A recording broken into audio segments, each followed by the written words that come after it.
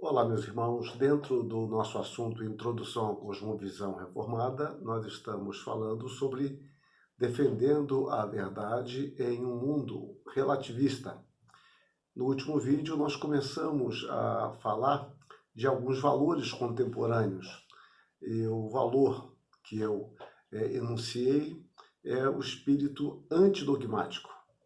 Então, nós explicamos a questão da palavra dogmatismo, vimos como ela é empregada e que ela, de fato, pode ser empregada para um dogmatismo ingênuo, que se considera proprietário da verdade, entendendo que não há nenhum tipo de problema de conhecimento, nenhum ruído quanto a isso, que eu capto o objeto como de fato ele é, e nós propusemos, então, uma outra perspectiva de um dogmatismo crítico ou um dogmatismo provisório.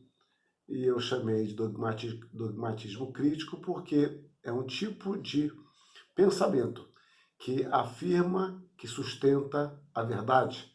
Ou seja, ele está convencido de que aquele ponto é verdadeiro, no entanto, ele está aberto a uma observação, a uma revisão, entendendo que em todo dogmatismo, em toda posição dogmática, deve haver o princípio da transitoriedade. Ou seja, nós cremos que isto é verdade, mas é possível que estejamos errados. É possível que não captemos toda a realidade e esse conceito nosso pode ser aperfeiçoado. Daí a ideia de provisoriedade. É o mesmo conceito que eu sustento quanto à ciência. A ciência, ela é provisória. Esse é um princípio fundamental para que a pesquisa se desenvolva e seja reexaminada. Hoje eu quero começar a falar sobre 4 pontos, mas eu vou dividi-los. Um é o relativismo, o outro subjetivismo, pragmatismo e utilitarismo.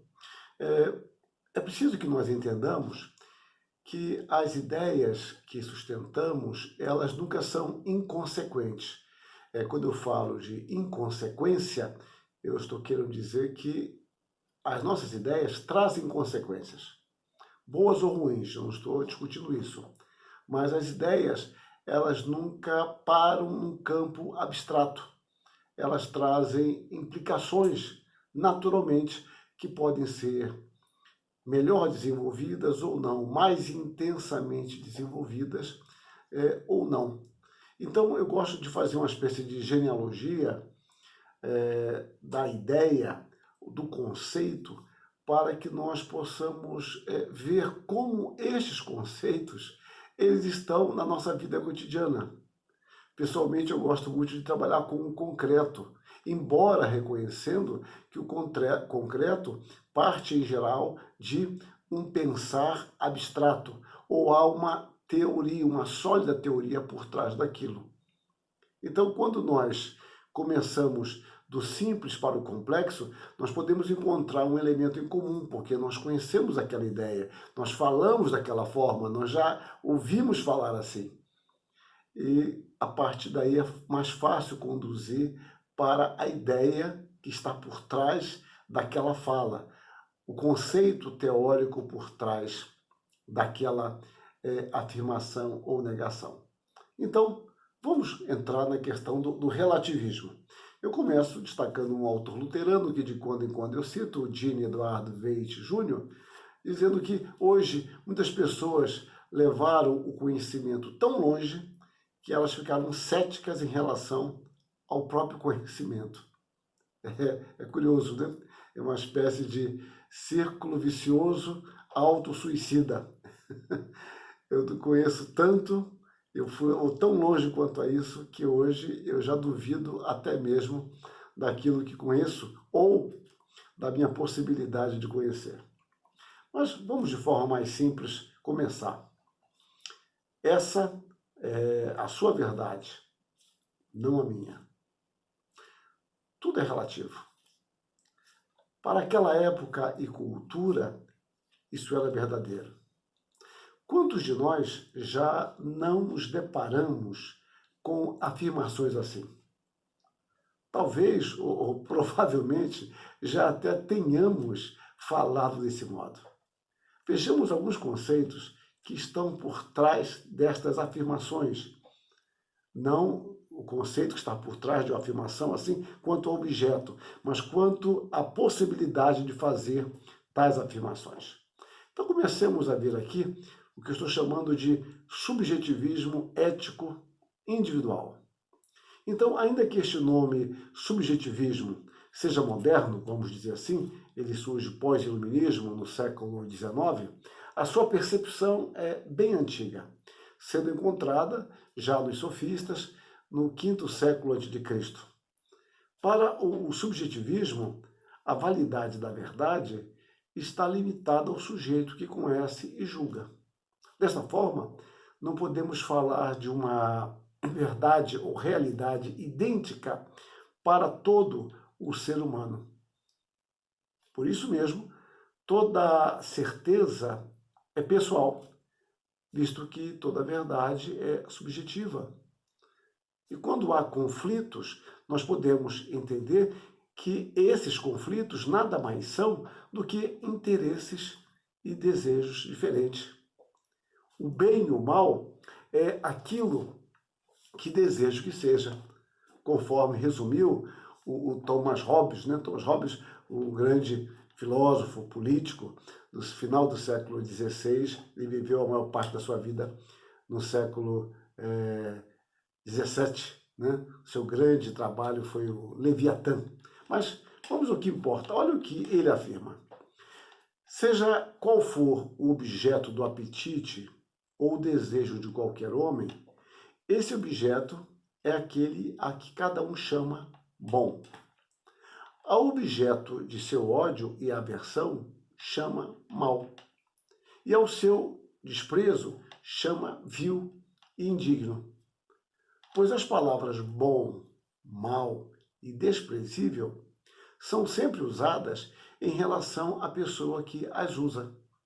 Não há nada que o seja simples e absolutamente.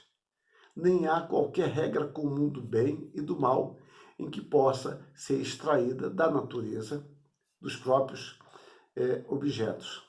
Bom, o que o Hobbes está nos dizendo é que não existe objetividade alguma.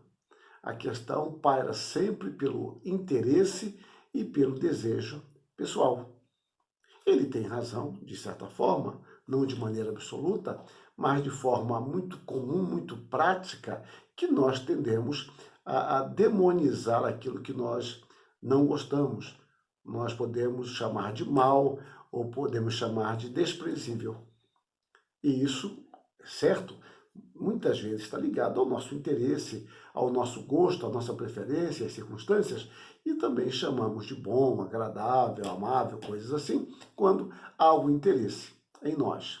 Porém, você limitar a realidade à nossa percepção, isto seria um equívoco. Daí o subjetivismo, aquela questão de Protágoras, o homem é a medida de todas as coisas.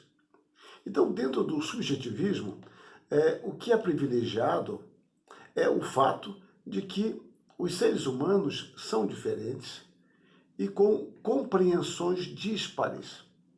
Assim, toda verdade encontra um âmbito limitado. No subjetivismo, há, de certa forma, a arbitrariedade do sujeito que julga. Eu sou autônomo para julgar. E este indivíduo que julga, ele formula as suas opiniões conforme os seus interesses pessoais, conforme as suas paixões.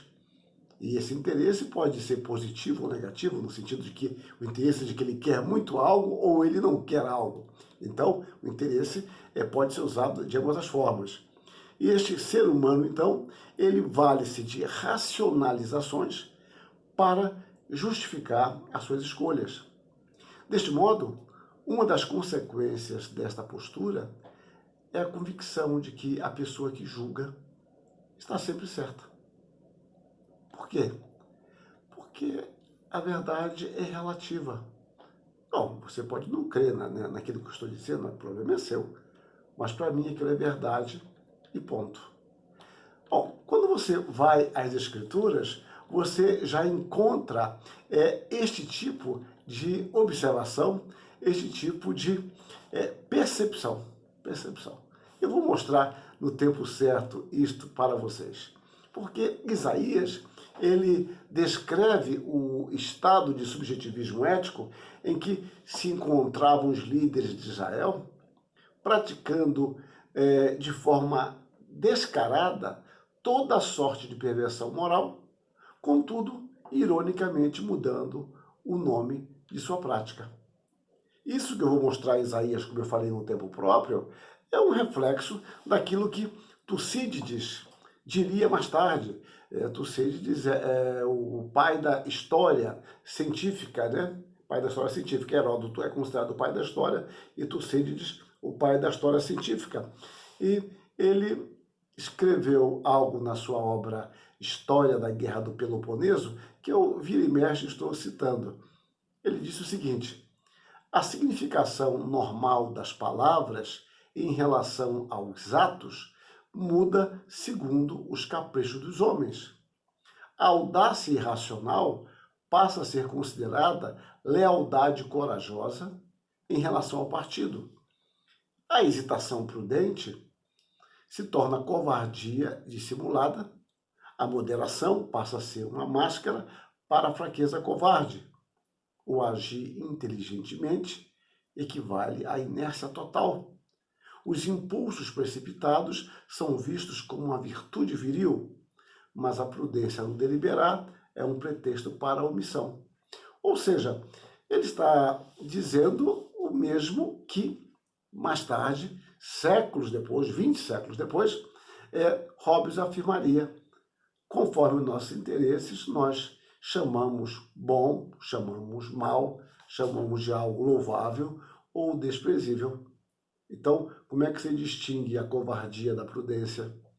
Como é que você distingue a ousadia, coragem da total imprudência? É isso que o Tucídides está nos dizendo. Bom, falei que queria mencionar Isaías. Olha o que diz Deus por intermédio do profeta Isaías, lá Isaías capítulo 5, a partir do verso 18. Ai dos que puxam para si a iniquidade com cordas de injustiça e o pecado com tirantes de carro. E dizem: apresse-se Deus, leve a cabo a sua obra para que a vejamos. Aproxime-se, manifeste-se o conselho do Santo de Israel, para que o conheçamos. Ai dos que ao mal chamam bem, e ao bem mal, que fazem da escuridade luz e da luz escuridade. Põem o amargo por doce e o doce por amargo. Ai dos que são sábios a seus próprios olhos e prudentes em seu próprio conceito. Ai dos que são heróis para beber vinho e valentes para misturar bebida forte, os quais, por suborno, justificam o perverso e ao justo negam justiça.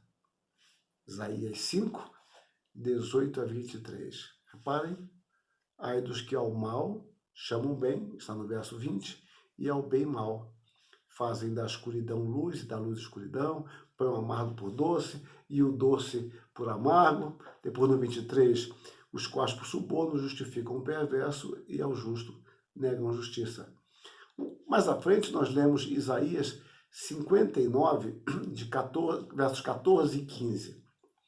Pelo que o direito se retirou e a justiça se pôs de longe, porque a verdade anda tropeçando pelas praças e a retidão não pode entrar. Sim, a verdade sumiu. E quem se desvia do mal é tratado como presa. O Senhor viu isso e desaprovou o não haver justiça.